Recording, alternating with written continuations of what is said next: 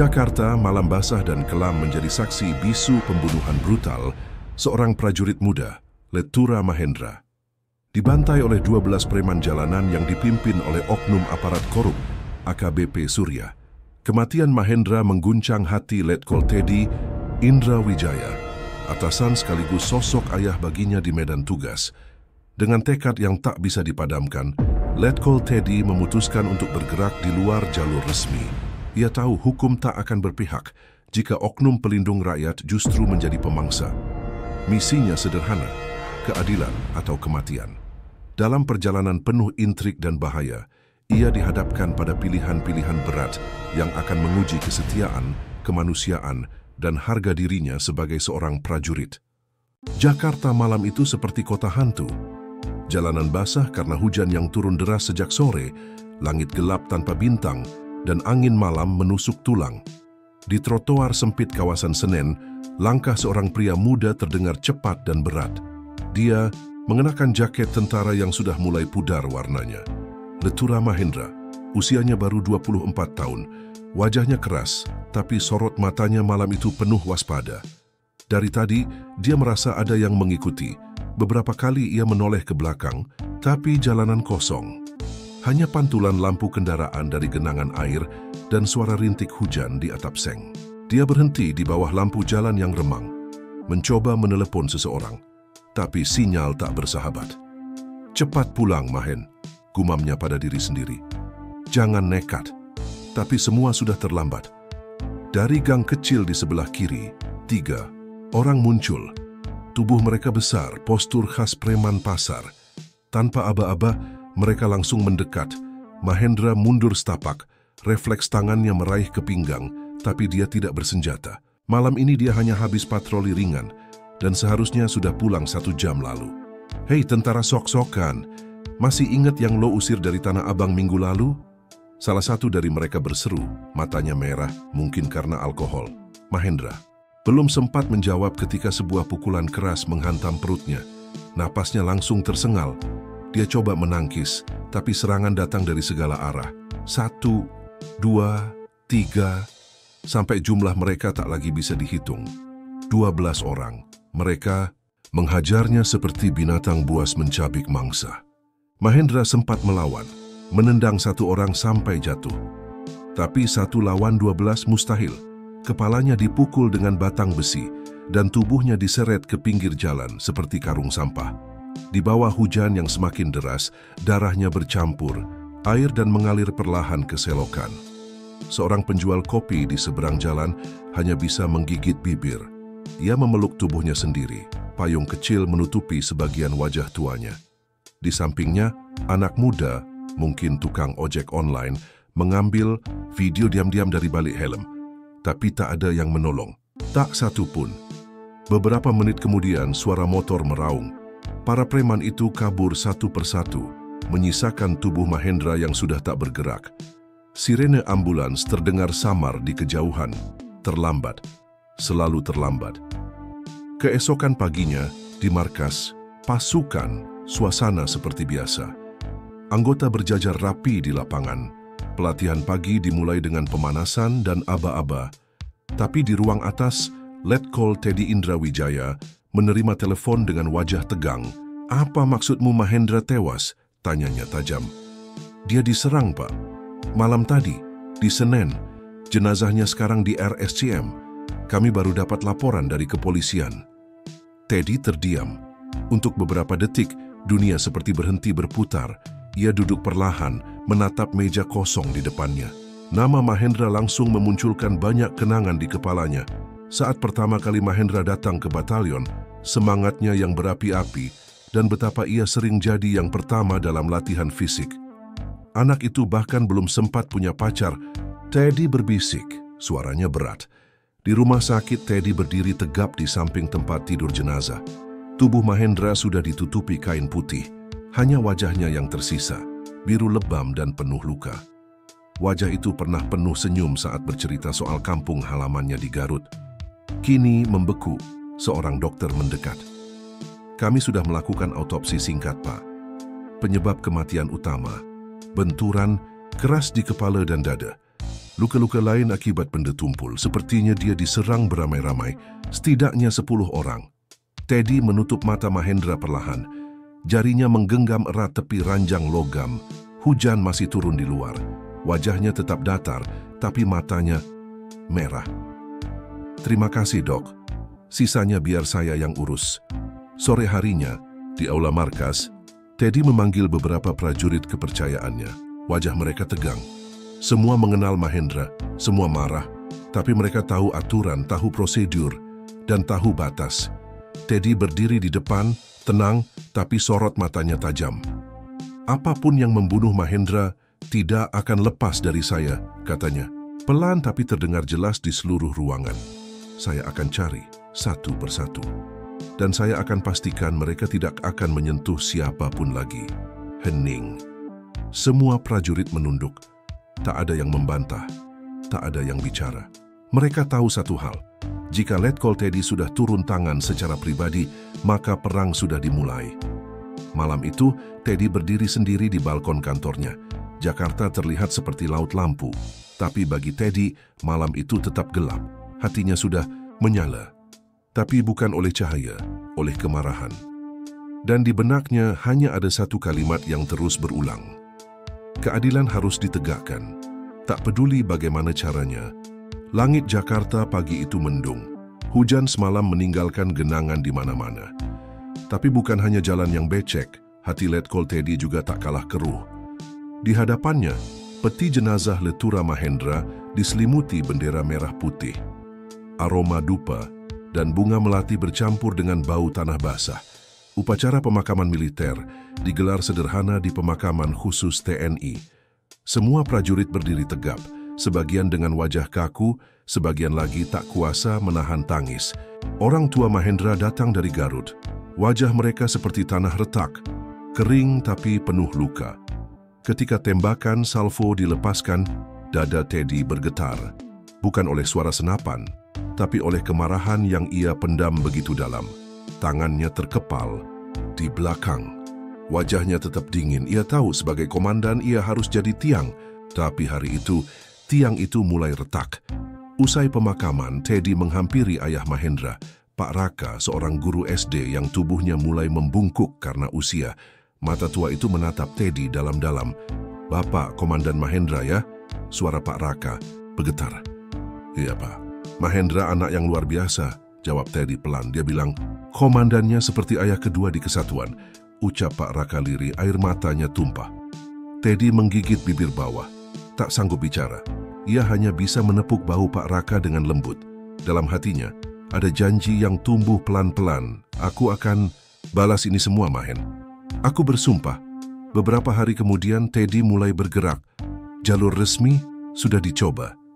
Ia laporkan kasus Mahendra ke POM dan polisi militer, tapi laporan itu hanya jadi tumpukan kertas di meja dingin.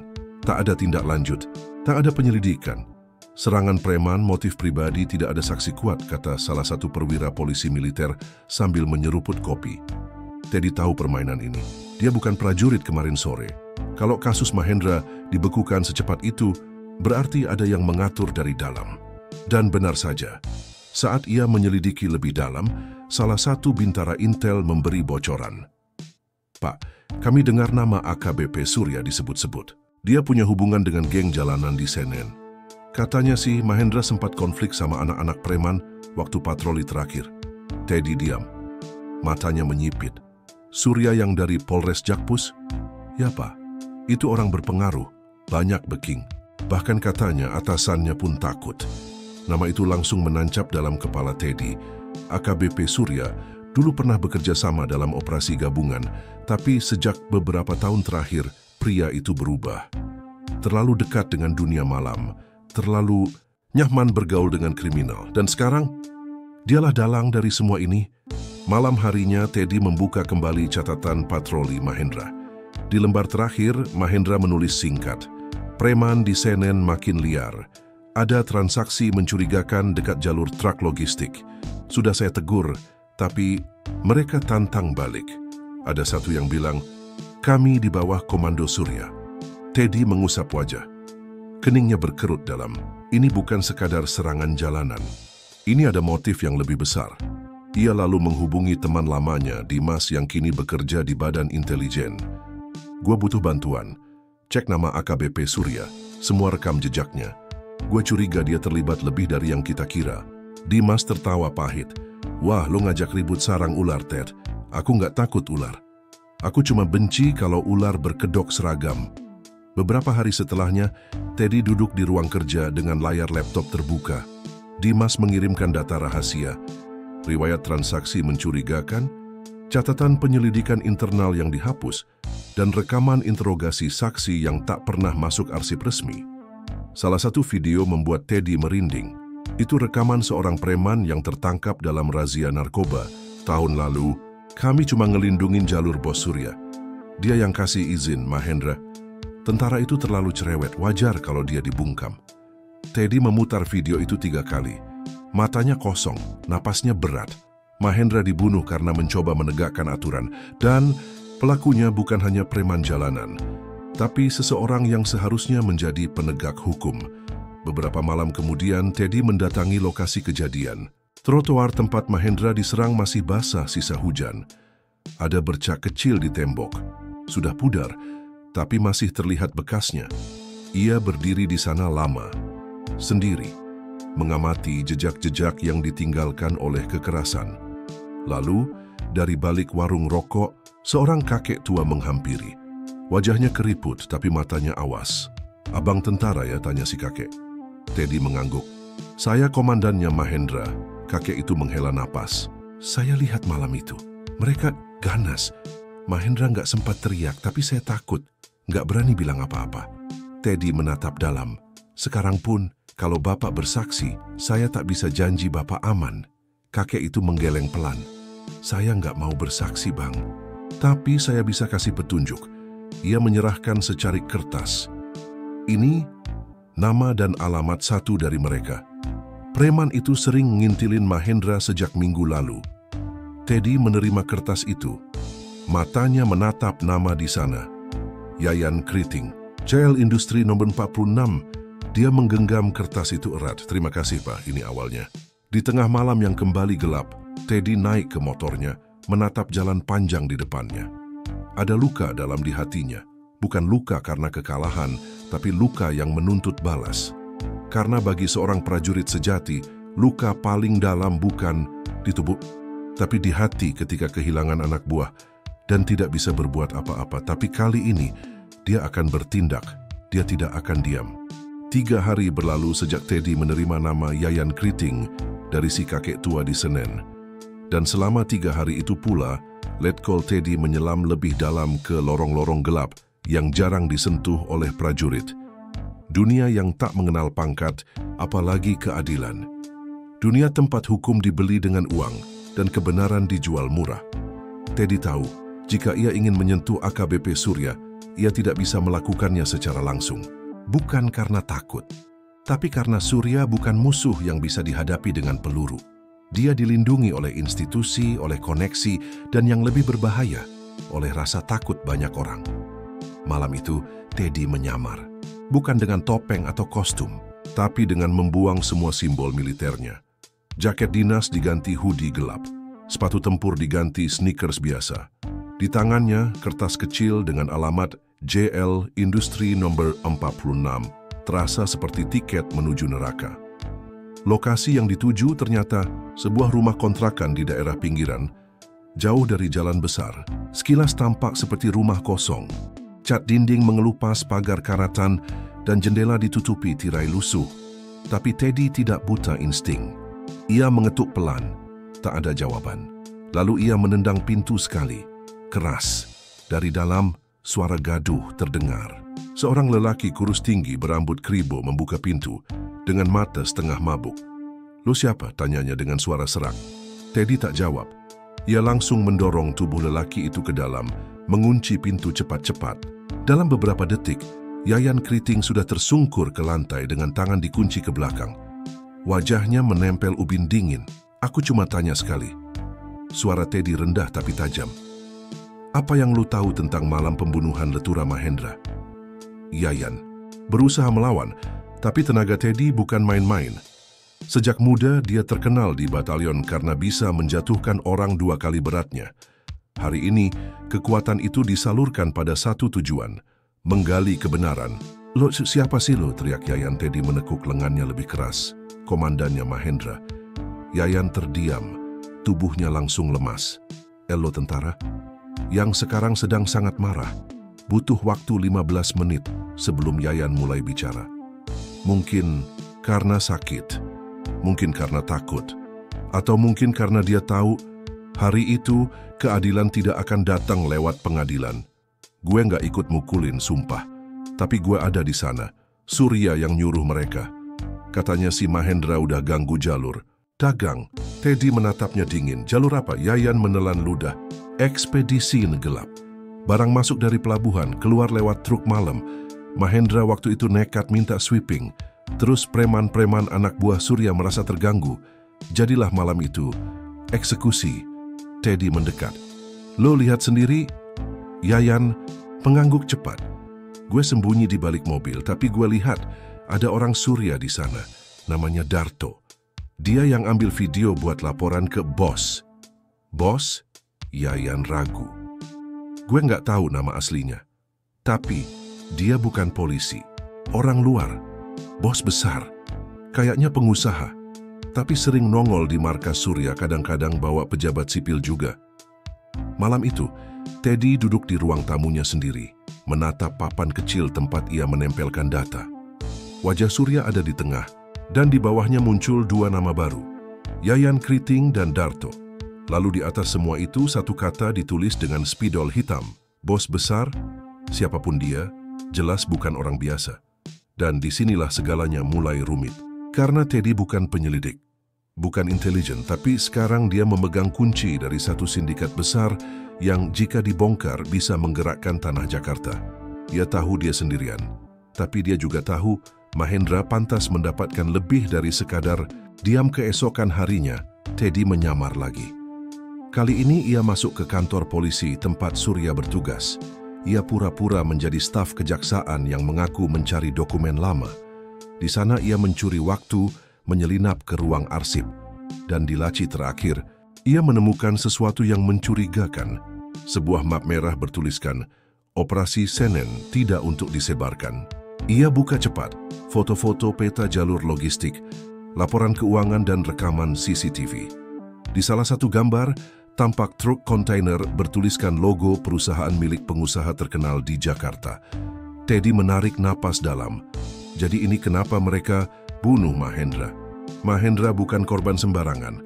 Ia bukan hanya dibunuh karena salah tempat. Ia dibunuh karena terlalu dekat pada rahasia besar. Malam itu, Teddy menghubungi Dimas. "Gue butuh satu hal lagi." "Apa?"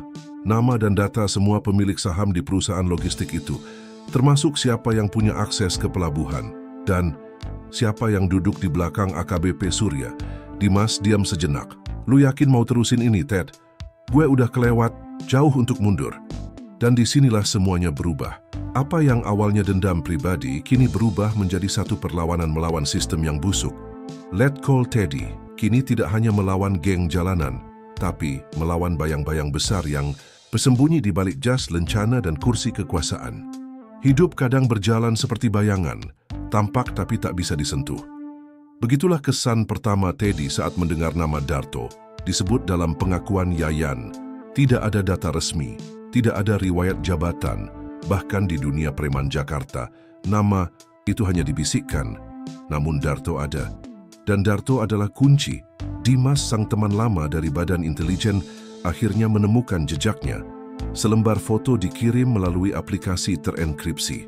Seorang pria bertubuh sedang, rambut tipis, wajah biasa, terlalu biasa malah. Tapi matanya dingin, beku, seperti tidak pernah kenal rasa takut.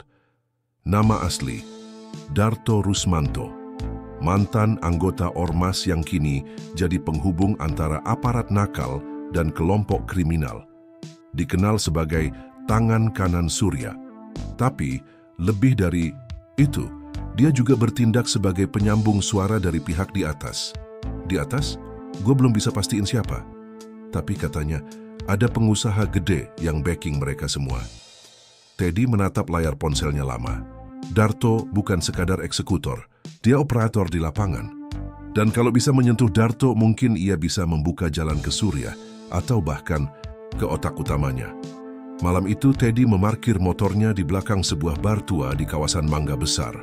Informasi dari Dimas bilang Darto sering nongkrong di situ, tempat yang disebut markas bawah. Bukan tempat umum, hanya orang tertentu yang boleh masuk. Tapi Teddy sudah menyiapkan segalanya.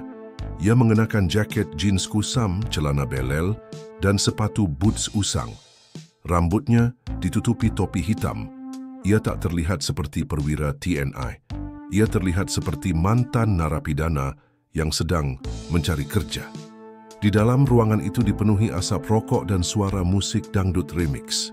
Ada meja judi kecil, dan di pojokan dua preman tampak menjaga pintu ke sebuah ruangan VIP. Teddy memesan kopi hitam, duduk di pojok bar, dan menunggu. Setengah jam kemudian, Darto muncul. Tubuhnya agak gemuk, jalannya santai. Ia disambut hormat oleh dua preman pintu, masuk ke ruangan VIP. Teddy mencatat waktu 20:47. Teddy bangkit pelan. Ia berjalan menuju toilet belakang, lalu keluar lewat jendela kecil ke gang sempit. Dari sana, ia memutar ke samping gedung, di mana ventilasi kecil mengarah ke ruangan VIP. Ia tempelkan alat perekam suara buatan sendiri, hasil modifikasi HP rusak dan mic kecil. Suara samar masuk. Gua udah bilang, Mahendra itu harus dibersihin, dia terlalu nekat. Suara Darto. Gimana kalau komandannya nyari-nyari? Lalu suara lain, entah siapa. Teddy, dia bukan ancaman, dia tentara. Pasti tunduk kalau atasan udah turun tangan. Lagi pula dia bukan tipe yang main sendiri. Teddy tersenyum miring. Salah besar. Bos besar minta jalur pelabuhan tetap aman. Surya juga udah jamin, semua beres. Kalau ada bocor, langsung beresin di lapangan. Kalimat itu cukup. Teddy tarik alat perekam, lalu kembali masuk lewat toilet dan berjalan keluar seperti tak terjadi apa-apa.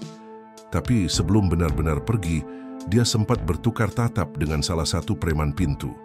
Tatapan itu membuat preman itu menoleh curiga. Lu ngapain tadi lihat-lihat? Teddy hanya senyum. Cari toilet bro. Lu dari mana do? Dari selatan. Teddy melirik ke arah bar. Baru keluar, nyari kerjaan. Preman itu mendengus, lalu balik badan. Tapi Teddy tahu, ia tak punya banyak waktu sebelum identitasnya mulai dicurigai. Ia segera tancap gas ke arah timur, meninggalkan kawasan itu dalam debu malam. Di rumahnya malam itu, Teddy memutar ulang rekaman berkali-kali. Suara Darto, kalimat, harus dibersihin, nama Surya dan istilah bos besar terus terngiang di telinganya. Ini bukan lagi sekadar balas dendam. Ini operasi pembersihan sistem, dan Teddy hanya punya dua pilihan. Lapor atasan dan berharap sistem mau mendengar. Atau dia sendiri yang menjadi sistem. Dia memilih yang kedua. Besok paginya Teddy menyelinap ke satuan cadangan dan bertemu dengan 3 anak buah lamanya, Serka Jaya, Kopda Bram, dan Pratu Ginan. Mereka dulu satu tim saat operasi di Papua. Prajurit, pilihan loyal dan sudah kenyang makan medan. Gua butuh bantuan. Tapi ini bukan tugas resmi, ujar Teddy. Ketiganya langsung berdiri tegak. Serka Jaya menjawab dengan singkat, kalau ini tentang Mahendra, kami ikut. Teddy mengangguk. Kita akan mulai dari Darto. Kita tangkap dia, kita interogasi. Tapi, kita harus gerak cepat. Sekali mereka tahu kita bergerak, mereka akan hilang semua. 2 hari kemudian operasi pertama dimulai. Target, menangkap Darto, hidup-hidup. Lokasi, rumah sewaan Darto di Bekasi Timur. Jam 02.30, dini hari, dengan pakaian, preman dan senjata tumpul, mereka mendekat diam-diam. Ginan masuk lewat belakang. Bram menutup pintu keluar. Jaya menyelinap ke atap. Teddy mengetuk pintu depan. Sekali. Darto membuka pintu dengan malas. Tak sempat bertanya. Tinju pertama dari Teddy mendarat di perutnya. Cukup keras untuk membuatnya tumbang tapi tidak pingsan. Begitu dia sadar, tubuhnya sudah terikat di kursi. Lampu ruangan dinyalakan. Wajah Teddy muncul di depannya. Lama tak jumpa, Dar. Darto menelan ludah. Ketakutan itu mulai muncul. Lo, tentara, lo nggak bisa. Teddy menyela, dingin. Gua bisa, karena malam ini lo bukan di pengadilan, lo di ruang tamu gua. Dan gua mau tahu siapa bos besar lo. Pukul senseo 3.10 dini hari. Hening. Suara jangkrik dan kipas angin tua jadi satu-satunya latar suara saat Letkol Teddy Indrawijaya berdiri di depan pria yang dulu hanya jadi bayangan, Darto Rusmanto. Tapi malam itu, Darto bukan bayangan lagi. Ia duduk di kursi ruang tamu sempit rumah kontrakannya, tangan terikat sabuk bekas, mulutnya setengah berdarah. Di hadapannya Teddy duduk di kursi plastik sambil memainkan pisau lipat kecil. Bukan untuk menyakiti, tapi untuk menunjukkan tak ada ruang untuk main-main. 3 anak buah Teddy berdiri di sudut ruangan diam. Jaya di belakang pintu, Ginan di dekat dapur, Bram berjaga di jendela. Tak ada satu pun yang bicara. Yang berbicara hanyalah ketegangan. Darto membuka mulut. Lo tahu ini pelanggaran berat kan? Lo tentara, lo udah bilang itu 2 kali. Teddy menyela pelan. Tapi yang lo lupa, Dar. Yang lo bunuh itu prajurit gue, saudara gue. Dan kalau negara nggak bisa balas, gue yang turun tangan. Darto menarik napas dalam. Ia mencoba tersenyum, tapi hasilnya lebih mirip meringis. Gue cuma perintah, bukan otak rencana. Siapa? Surya. Siapa di atas Surya? Darto diam, menunduk. Teddy memberi kode ke Ginan. Ginan maju, memukul meja keras dengan gagang senjata. Darto tersentak. Nafasnya mulai cepat. Gue nggak bisa bilang, dia gede banget. Kalau gue ngomong, gue mati. Teddy mendekat, berjongkok di depannya. Kalau lu nggak ngomong, lu tetap mati. Tapi lu bakal mati di sini, malam ini. Dan nggak ada yang tahu mayat lu dibuang kemana. Lu pikir Surya bakal nyari lu? Sunyi. Darto menatap Teddy lama. Lalu pelan-pelan ia bicara. Nama dia Ardiansyah. Teddy mengernyit. Siapa itu? Pengusaha. Pemilik saham di perusahaan logistik yang jalur pelabuhannya dilindungi Surya. Dia bukan cuma pengusaha. Dia kolega pejabat, ketua yayasan, dan pemilik grup media juga. Lo sentuh dia, lo lawan negara dalam bentuk yang lo nggak ngerti. Nama itu mengendap di kepala Teddy seperti racun. Ardiansyah. Bukan nama yang asing. Ia pernah mendengarnya disebut dalam acara penghargaan nasional. Sering muncul di televisi, tersenyum lebar, menebar beasiswa dan sumbangan sosial. Tapi ternyata di balik jas mahal itu ada Dara Mahendra. Dia tahu Mahendra mulai mencium aktivitas penyelundupan di pelabuhan. Mahendra ngumpulin data buat dilaporin ke komandan. Tapi Surya udah dikasih tahu duluan. Malam itu Mahendra disergap. Lu tahu sisanya. Darto menghela nafas. Gue bukan pembunuh, Kol. Tapi gue juga nggak bisa nyelamatin Mahendra. Gue cuma operator kecil. Teddy menatap Darto lama. Ada rasa muak yang sulit diredam. Tapi ada juga kesadaran. Darto bisa lebih berguna hidup daripada mati. Pagi harinya, Teddy dan tim mengunci rumah kontrakan itu dan meninggalkan Darto, tapi bukan begitu saja. Mereka meninggalkan alat pelacak kecil di sepatu Darto dan alat sadap, suara mini yang ditanam di dalam sakunya. Jika Darto mencoba kembali ke Ardiansyah atau Surya, Teddy akan tahu. Kalau lo kasih informasi yang berguna, kita akan lindungi lo, ucap Teddy terakhir sebelum pergi. Tapi, kalau lo main 2 kaki, lo tahu sendiri siapa yang datang duluan. Darto mengangguk, wajahnya penuh ketakutan. Sore itu Teddy bertemu lagi dengan Dimas. Mereka duduk di dalam mobil yang terparkir di pinggir waduk Pluit. Angin sore menggerakkan permukaan air, tapi hati Teddy justru semakin bergolak. Ardiansyah, ucap Teddy. Cek semua datanya. Hubungan bisnis, keluarga, aset, pergerakan ke luar negeri. Gue mau tahu siapa aja yang dia pelihara. Dimas mengangguk. Tapi Ted, ini bukan kelas ecek-ecek. Ini bukan preman. Ini liga utama. Lu tahu kalau lu terusin ini, hidup lu bisa selesai? Kan Teddy memandang ke arah air. Hening sejenak. Gue udah nggak hidup sejak Mahendra mati. Di tempat lain, AKBP Surya mulai gelisah. Ia menerima laporan bahwa Darto tidak bisa dihubungi selama lebih dari 12 jam. CCTV di bar Mangga Besar menunjukkan Darto terakhir terlihat 2 malam lalu. Surya mulai merasa ini bukan kebetulan. Ia tahu siapa yang bisa gerak secepat itu, dan ia tahu Letkol Teddy bukan orang yang mudah disuap. Malam berikutnya, Teddy mendapat rekaman suara baru.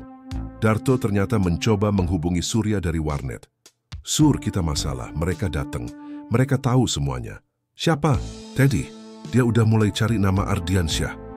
"Bangsat, jangan ngomong nama itu lagi. Tutup semua jejak lo. Kalau perlu lo pergi. Gue bakal bersihin yang lain."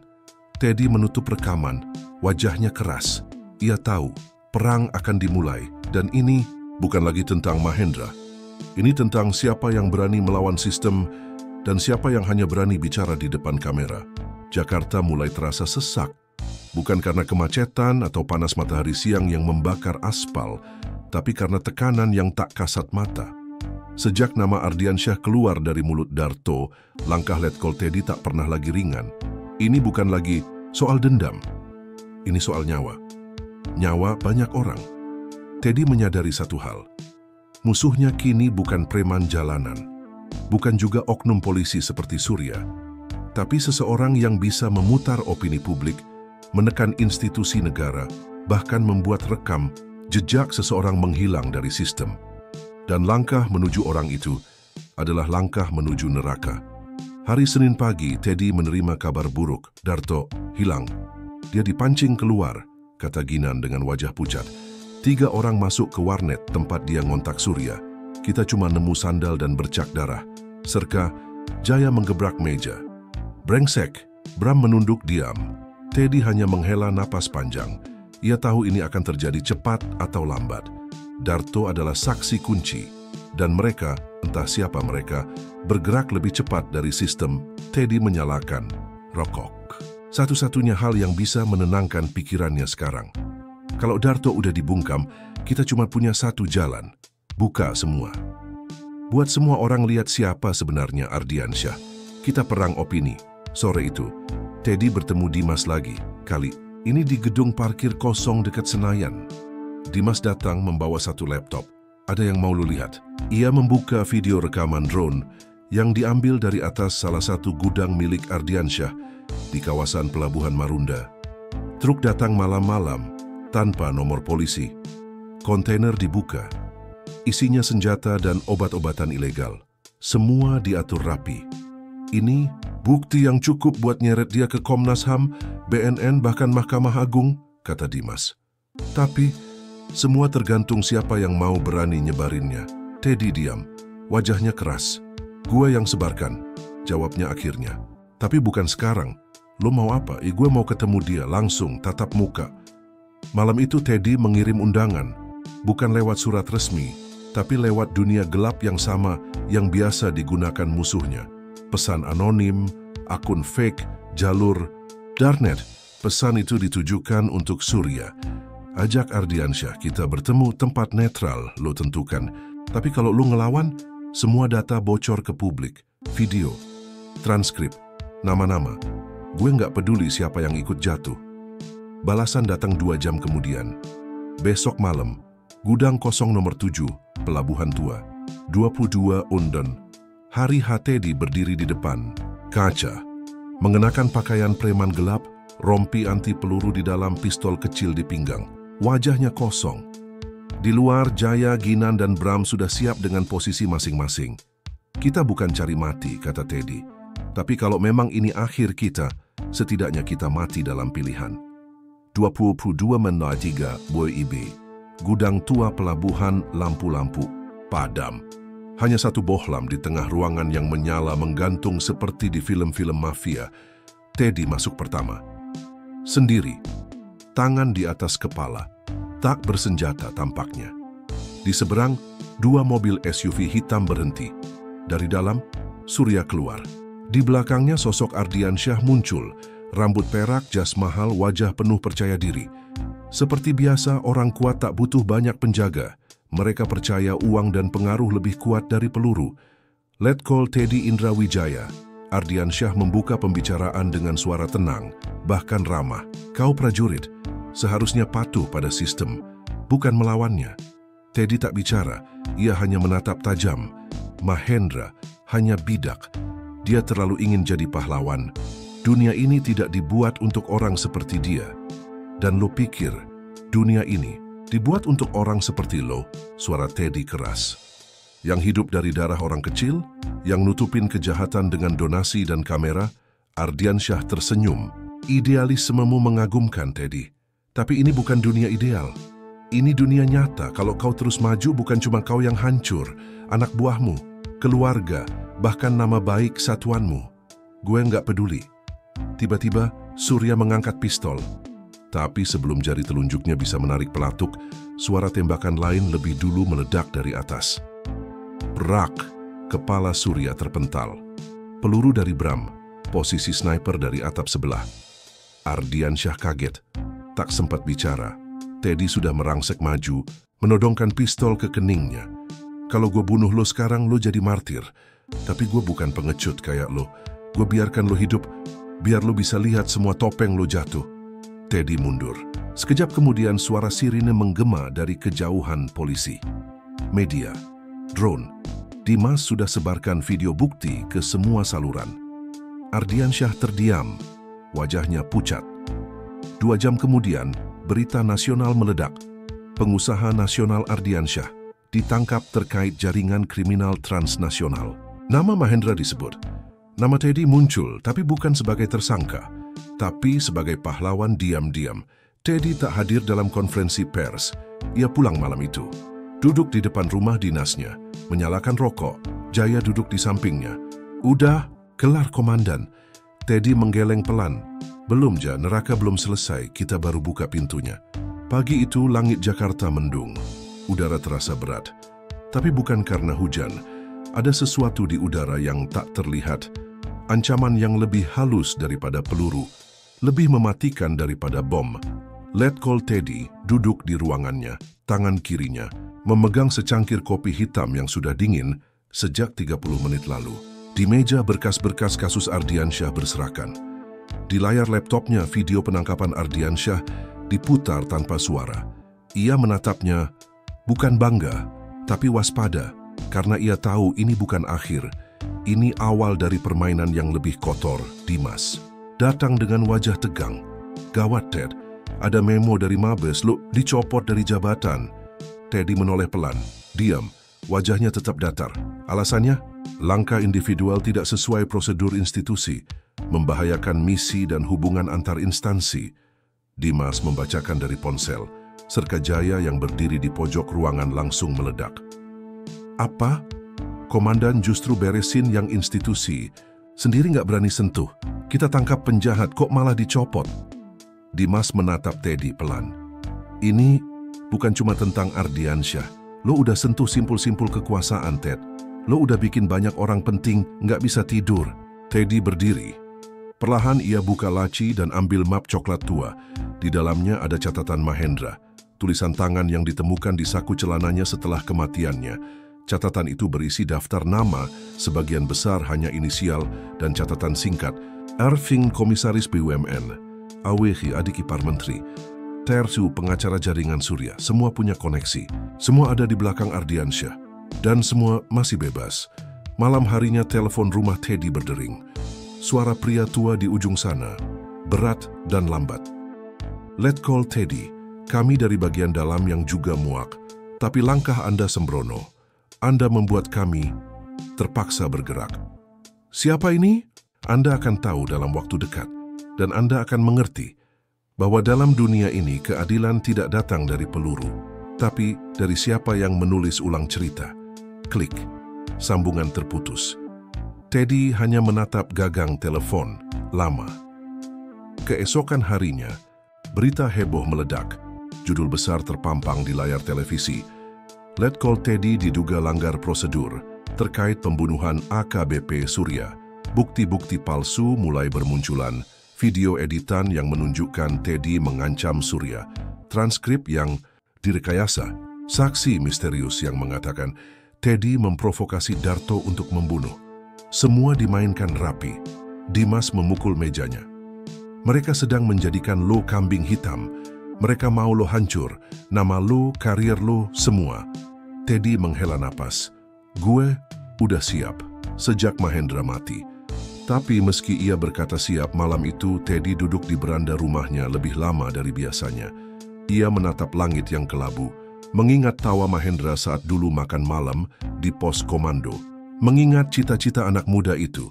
Menjadi prajurit teladan bukan cuman petarung. Maaf, Ndra. Kalau akhirnya harus begini.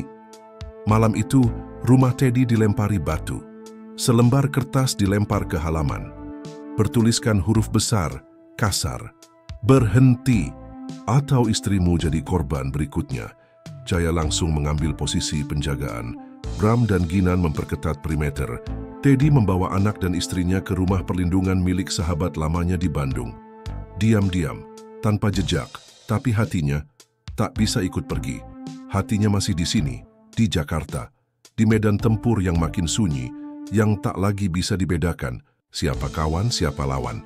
Hari-hari berikutnya berjalan cepat. Teddy dinonaktifkan, gaji dipotong, namanya dicoret dari daftar komandan aktif. Tapi lebih dari itu, ia dikucilkan. Prajurit-prajurit lain, bahkan yang dulu menghormatinya, mulai menjauh. Telepon berhenti berdering. Undangan rapat tak lagi datang. Teddy jadi hantu di satuannya sendiri. Hanya segelintir yang masih berdiri di sisinya. Jaya, Ginan, Bram, dan Dimas. "Lu masih mau lanjut, Ted?" tanya Dimas suatu malam. Teddy tersenyum pahit. "Gue nggak punya pilihan. Mereka udah ambil semuanya. Kalau gue berhenti sekarang, Mahendra mati sia-sia." Lalu datanglah pesan tak terduga. Lewat jalur dalam, dari seseorang yang tak terlibat sejak awal. Mayor Rendra, mantan atasan Mahendra, kini jadi pengawas intelijen lokal. Ia mengirimkan satu flash disk ke rumah Teddy. Tanpa nama, tanpa surat. Isi flash disk itu mengejutkan. Rekaman asli malam pembunuhan Mahendra semua terekam. Dari kamera tersembunyi di halte dekat tempat kejadian.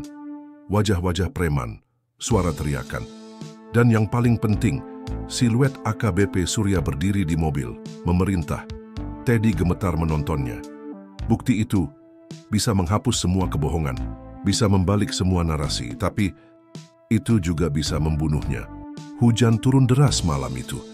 Langit seolah ingin ikut membasuh luka yang selama ini disembunyikan Jakarta. Teddy berdiri di balkon rumah perlindungan, memegang flash disk yang dikirim Mayor Rendra. Isinya, rekaman malam kelam yang selama ini mereka cari. Wajah Mahendra saat ditendang jatuh ke trotoar. Jeritan minta tolong yang tak ada satupun orang berani sahuti. Dan lebih dari segalanya, bayangan Surya berdiri dari balik mobil dinas, memerintah anak buahnya untuk bereskan bocah. Sialan itu, video itu bisa menghapus tuduhan terhadap Teddy. Bisa membuktikan bahwa semua ini bukan kerja gila seorang letkol yang haus balas dendam, tapi reaksi manusiawi dari seorang atasan yang anak buahnya dibantai oleh sistem kotor. Tapi harga dari menyebarkan rekaman ini bisa lebih mahal dari nyawa. Ginan membuka pintu membawakan kopi hangat. "Komandan belum tidur?" Teddy menggeleng. "Lo tahu nggak, Gin? Waktu Mahendra baru gabung, dia sempat cerita soal ibunya. Katanya ibunya selalu kirim roti pisang tiap bulan, meskipun dia udah jadi tentara. Biar kamu nggak lupa rasa rumah," katanya. Ginan diam, "Aku belum kasih tahu ibunya kalau Mahendra meninggal bukan karena kecelakaan, tapi karena dibunuh sama orang yang seharusnya melindungi." Teddy menghela napas. "Kalau gue sebar video ini, ibunya akan tahu. Semua orang akan tahu, tapi setelah itu, gue nggak yakin bisa jaga siapapun lagi." Ginan duduk di sampingnya, tenang. "Kalau komandan nggak bertindak, siapa lagi?" Keesokan paginya, Teddy kumpulkan tim terakhirnya, Bram, Ginan, Jaya, dan Dimas. Mereka duduk melingkar di gudang tua, tempat yang dulu jadi tempat konfrontasi dengan Ardiansyah. "Gue kasih pilihan," kata Teddy, menatap satu-satu. "Kita punya bukti kuat, tapi begitu kita sebar, hidup kita nggak akan pernah sama. Lu yang punya keluarga, anak, istri, pikir baik-baik. Gua nggak maksa."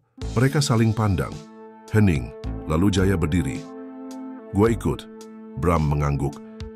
"Gua juga. Ini bukan lagi soal Mahendra. Ini soal siapa kita sebenarnya." Ginan tersenyum kecil. "Kalau mati pun, setidaknya kita mati dengan kepala tegak." Dimas tak berkata apa-apa. Ia hanya mengeluarkan laptopnya. "Kirim kemana dulu?"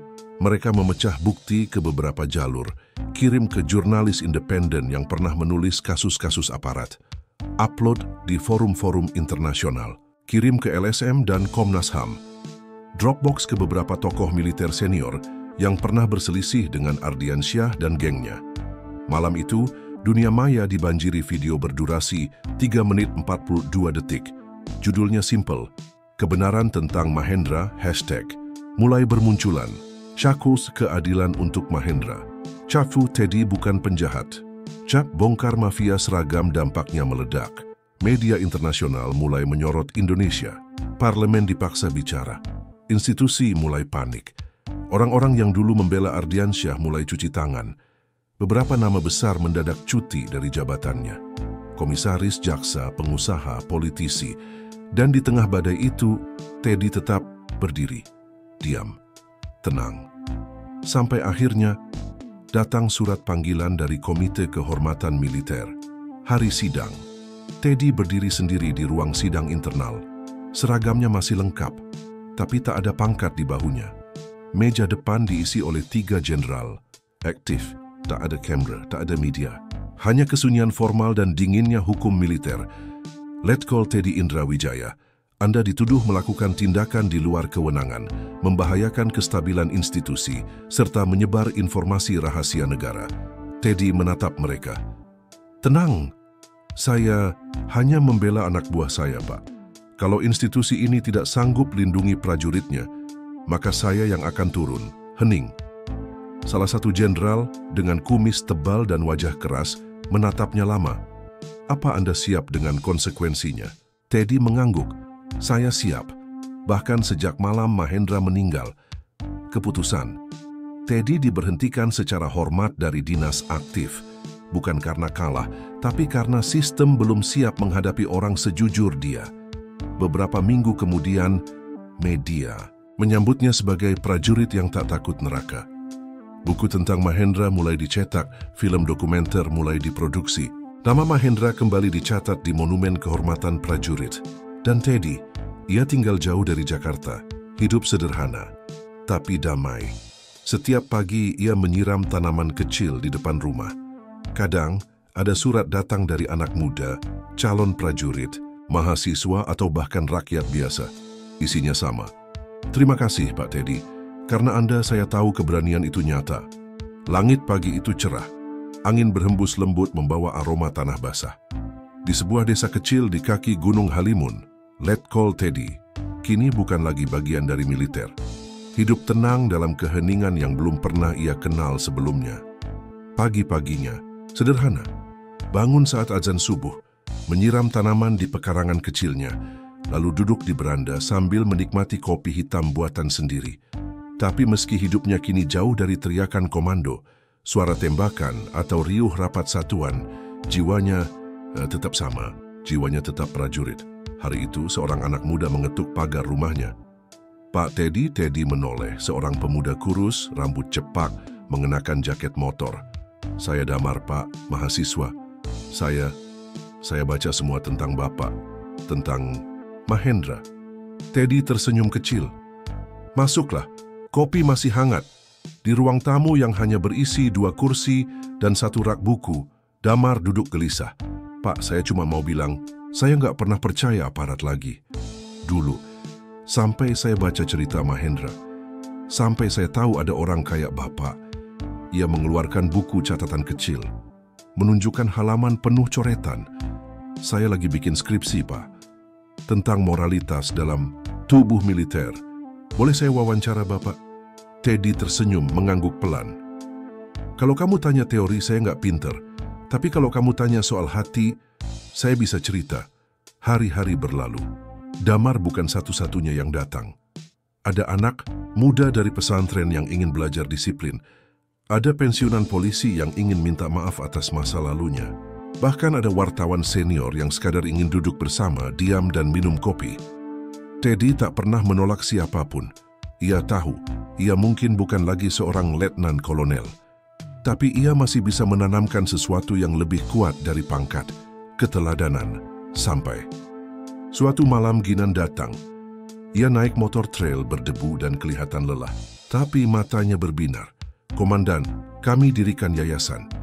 Nama Mahendra dijadikan nama utama. Kami kumpulkan dana, buka pelatihan bela diri dan karakter untuk anak-anak muda. Tanpa bayar, syaratnya cuma satu, mau belajar jadi manusia yang benar." Teddy menatapnya lama. "Itu ide kamu? Semua dari kita, Komandan. Bahkan Bram dan Jaya bantu logistik.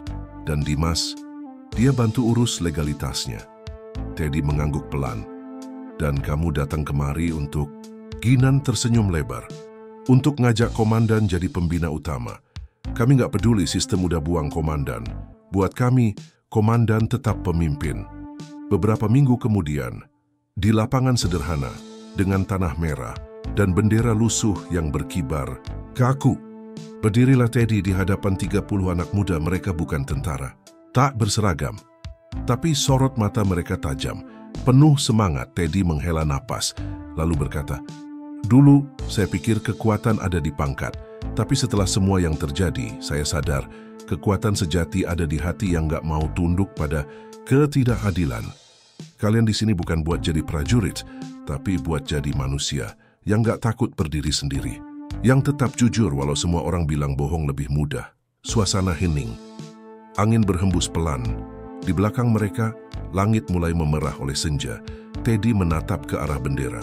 Senja itu bukan lagi akhir, tapi awal.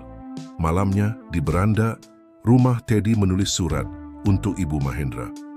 "Ibu, saya sudah bukan siapa-siapa, tapi saya tetap berutang pada Mahendra, pada mimpi besarnya. Hari ini, nama Mahendra hidup dalam semangat anak-anak muda yang mungkin tak pernah mengenalnya, tapi mereka tahu apa yang dia perjuangkan. Dan selama itu terus hidup, Mahendra tidak akan pernah benar-benar mati. Terima kasih telah melahirkan seorang prajurit yang mengubah dunia saya." Teddy di akhir surat itu, ia menambahkan satu kalimat, kecil tapi penuh arti. "Tanpa pangkat saya tetap prajurit, dan akan selalu begitu." Hujan turun pelan sore itu. Bukan hujan deras seperti malam Mahendra meninggal, tapi hujan lembut yang jatuh seperti kenangan, sunyi tapi membekas. Di ruang kecil yang dulu digunakan sebagai gudang, kini berdiri sebuah perpustakaan mini. Rak-rak kayu berisi buku tentang militer, kepemimpinan, sejarah, dan nilai-nilai kemanusiaan. Di tengah ruangan berdiri sebuah figura besar dengan foto Mahendra tersenyum, mengenakan seragam lengkap. Di bawah fotonya tertulis, "Prajurit tak pernah mati, ia hidup di hati mereka yang tak menyerah." Hari itu, ulang tahun ke-25 Mahendra. Dan meskipun ia tak hadir secara fisik, semua orang yang datang ke tempat itu tahu, semangatnya tak pernah pergi. Anak-anak muda datang membawa bunga, membaca puisi, ada yang bahkan menyanyikan lagu kebangsaan dengan suara parau. Mereka tak disuruh, tak dibayar, tapi mereka datang karena mereka percaya. Percaya pada cerita, percaya bahwa kebenaran, meski harus berdarah dulu, akan menang. Teddy berdiri di bawah pohon mangga tua, melihat dari kejauhan. Ia tak suka jadi pusat perhatian, tapi melihat anak-anak muda tertawa, saling menepuk bahu, dan menyebut Mahendra seperti sahabat lama. Itu sudah lebih dari cukup baginya. Ginan menghampirinya, membawa 2 gelas kopi. "Kalau Mahendra lihat ini, dia pasti senyum, Komandan." Teddy mengangguk pelan. Mungkin dia nggak pernah tahu seberapa besar dampaknya, tapi justru itu hebatnya dia. Ginan diam sejenak lalu berkata, "Saya mau pamit, Komandan. Dapat panggilan, dinas ke Papua, jadi pelatih satuan baru di perbatasan." Teddy menepuk bahunya. "Jaga diri dan jaga nama baik Mahendra." "Selalu, Komandan." Malam itu, Teddy membuka buku harian yang selama ini ia simpan diam-diam. Ia menulis, "Hari ini, aku melihat masa depan. Bukan di barisan tank, bukan di parade militer, tapi di tawa anak-anak muda yang percaya pada keadilan. Dulu aku pikir dendam adalah bahan bakar terbaik, tapi ternyata cinta dan hormat jauh lebih kuat. Mahendra, kalau kau bisa baca ini, ketahuilah pengorbananmu bukan sia-sia. Kau hidup dalam perubahan yang sedang tumbuh pelan-pelan." Beberapa bulan kemudian, sebuah buku diterbitkan. Judulnya sederhana, "Senja Terakhir Prajurit Mahendra." Penulisnya Teddy Indra Wijaya. Buku itu bukan hanya menceritakan tragedi, tapi juga cinta. Tentang bagaimana seorang pemimpin bisa memilih untuk tidak membalas dengan peluru, tapi dengan kebenaran. Tentang bagaimana seorang sahabat bisa mengubah hidup banyak orang, bahkan setelah kematiannya. Buku itu jadi bestseller. Tapi bagi Teddy, yang terpenting bukan jumlah cetakannya, melainkan pesan yang hidup di setiap lembar. Prajurit sejati bukan yang menang dalam perang, tapi yang tetap manusiawi di tengah medan tempur. Tahun berganti, tempat pelatihan berubah jadi lembaga, pendidikan karakter. Beberapa alumni masuk tentara, beberapa jadi aktivis, ada yang jadi guru, bahkan ada yang jadi politisi muda. Dan setiap kali ditanya siapa yang menginspirasi mereka, jawaban mereka sama. Seorang prajurit tanpa pangkat, tapi berhati emas. Di akhir cerita ini, Teddy duduk di beranda rumahnya. Langit sore berwarna, jingga ia menatap langit dan tersenyum. Senja bukanlah akhir dari hari, tapi janji bahwa esok akan datang. Tamat.